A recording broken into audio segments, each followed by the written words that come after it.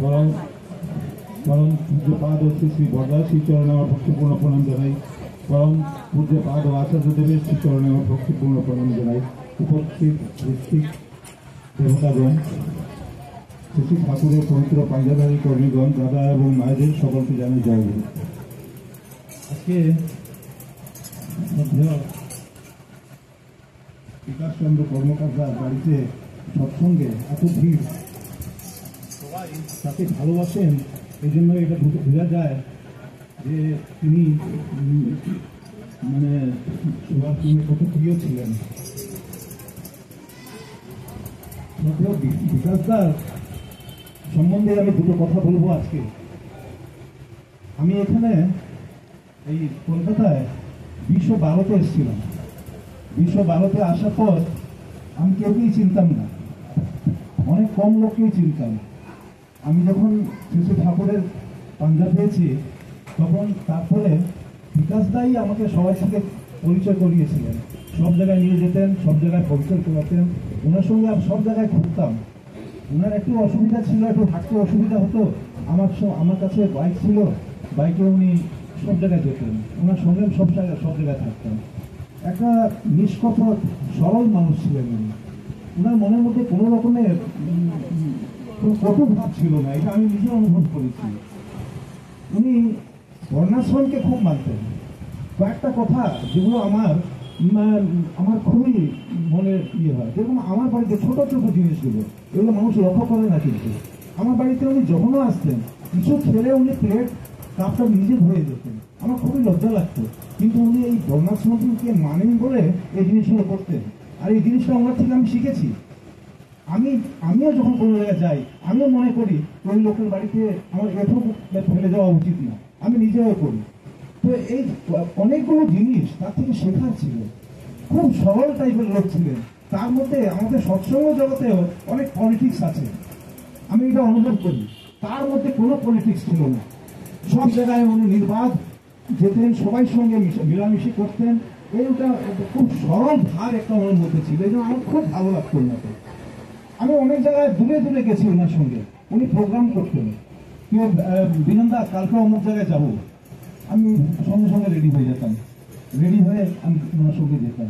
আজকে খুব একটা আমি একা অনুভব করছি নিজেকে, মনে হচ্ছে আমার একজন নিজের লোক চলে গেছে। তো খুব খারাপ লাগে। আমি এই কিছুদিন আগে আমার ছেলে মেয়ের কাছে প্রায় 4 মাস ছিলাম, এই ফেব্রুয়ারি মাস থেকে নিয়ে মে মাস পর্যন্ত। এই 4 মাস উনি আমাকে যে প্রত্যেক দিন প্রায় ফোন করতেন, দাদা আপনি কখন আসবেন, কখন আসবেন, কখন আসবেন, অনেক কাজ আছে, ঠাকুরের অনেক কাজ আছে। এই যখন আমি এলাম তো আমাকে উনি অনেকগুলো পেপার্স দেখালেন।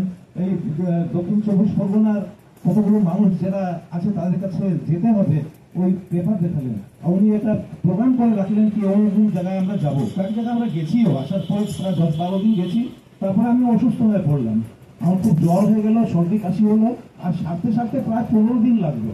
উইকনেসটা অনেক দিন ছিল। উনি বারবারে বলতেন যে দাদা তাড়াতাড়ি ঠিক হন, তাড়াতাড়ি ঠিক হন। তারপরে আমাকে এই যে উনি গতবার 2 দিন আগে দেওঘর গেলেন, দেওঘর থেকে উনি ওখান থেকে আমাকে ফোন করলেন, দাদা দেখুন বিঙ্কিদা আমাকে বলে গেছিলেন বিঙ্কিদা যদি না থাকেন আমি যাবো না, দুজন বিঙ্কিদা যদি না থাকেন আমি যাবো না। কিন্তু বিঙ্কিদা ছিলেন না এবার, তবুও উনি গেলেন দেওঘর। ওখানে গিয়ে বললেন কি দুজনে বিঙ্কিদা তো নেই, কিন্তু ওনার অ্যাসিস্ট্যান্ট আমার কাজ খুব তাড়াতাড়ি করে ফেললো, খুব তাড়াতাড়ি কাজ হয়ে গেছে। আপনার খুব খুশি হয়েছিলেন যে কাজের জন্য উনি গেলেন, ওটা ওনার কাজ হয়ে গেছে, এটা উনি আমাকে জানালেন। আর তারপরে আমাকে বললেন কি আপনি ঠিক আছেন তো, এখন আসার পরেই আমরা বেরোবো। কিন্তু দেখুন দুর্ভাগ্য, আসার একদিন পরে উনি চলে গেলেন। মানে কি বলবো আর, একটা এমন আমার থেকে 3 বছর প্রায় 3-3.5 বছর উনি ছোট, কিন্তু তাদেরও মানে আমি দেখলাম কি মানে আশ্চর্য লাগে, মানে আনএক্সপেক্টেড ওনার যে চলে যাওয়াটা। আমরা এটা ভাবতেই পারি না। মানে যখন আমি শুনলাম, যেদিন আমি দুপুরবেলা খেতে বসেছি, তখন রমেনদা আমাকে বললেন কি আপনাকে আসতে হবে এখানে।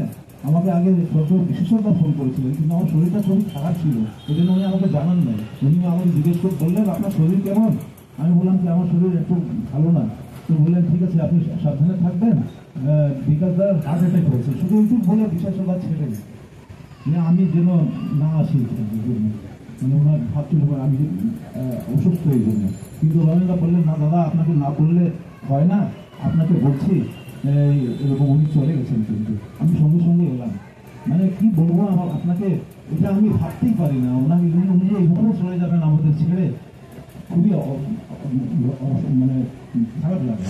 ওনার মনের মধ্যে তখন যে সরল ভাবটা ছিল, আর নিজেকে যে উনি অনুসন্ধান করতেন ওনার কোথায় দোষ আছে। একটা ঘটনা বলি, একজন গুরু ভাইয়ের বাড়িতে আমরা একবার গেলাম, অমি আলাদা কোনো একটা বিষয় নিয়ে খুব একটা তর্কাতর্কি হলো, এখন হট টপিক হলো। আমাকে বেরোই বললেন, কি হলো এটা তো আমি এরকম তো কোনোদিন করি না, আজকে কিভাবে করে করলাম। উনি ওই লোক, ওই যে গুরু ভাইয়ের বাড়িতে গেলাম, তার সঙ্গে কিভাবে সম্বন্ধ ঠিক হবে তার জন্য উনি প্রত্যেক দিন যে সৎসঙ্গে যেতেন তাকে কিছু না কিছু বলার জন্য বলতেন এবং ইয়ে করতেন না, সম্বন্ধটা ঠিক করার জন্য। এই যে জিনিসগুলো, ছোট ছোট জিনিসগুলো ওনার মধ্যে খুব ইয়ে ছিল, যেটা আমার খুব ভালো লাগতো। তো এই আর কি বলবো, অনেক জিনিস শেখার ছিল। উনি যে এইখানে যে মন্দির, অনেকগুলো মন্দির আছে, কোনো মন্দিরের সঙ্গে অন্য কোনো বিভেদ ছিল না। উনি সব সময় আমাকে বলতেন, প্রত্যেক মন্দিরে আমরা মাসে একবার চক্কর লাগাবো, প্রত্যেক মন্দিরে একবার গিয়ে আমরা করবো। 14 নম্বর মন্দির, ঠাকুরবাড়ি, এই যে আমতলা, রামচন্দ্রপুরের সঙ্গে তো উনি যুক্ত ছিলেনই। তো এই কোনো বিভেদ ছিল না ওনার মনের মধ্যে। একটা খুব সহজ সিধা লোক ছিলেন। এই জন্য ওনার যে কথা মানে ভোলা যায় না। এই জন্য আর আমি বেশি কিছু বলছি না। আমি অনুরোধ করবো এই বাড়ির লোকদের, উনি যখন ঠাকুরের একজন ভালো ইয়ে ছিলেন, মানে ঠাকুরকে ফলো করে চলতেন, ওনাকে শ্রদ্ধাঞ্জলি দেওয়ার একমাত্রই রাস্তা উনি যে ওনার কাজটা এগিয়ে নিয়ে যাওয়া। মারা যাচ্ছে ওনার স্ত্রী, তারা যেন তার এই ভাবটাকে যেন নিয়ে চলে নিজের জীবনে। এটা না হয় কি উনি চলে গেছেন বাড়ি থেকে, ঠাকুরও উঠে গেল, ওই ভাবটা যেন না হয়। ওনার ভাবটা, ওনার যে এই যে প্রচেষ্টাটা এই বাড়ির লোকরা যেন এগিয়ে নিয়ে যায়, এটাই তাকে শ্রদ্ধাঞ্জলি দেওয়া হবে। সবাই ভালো থাকবেন, ঠাকুরমুখী হয়ে আমরা চলার চেষ্টা করব। জয় গুরু।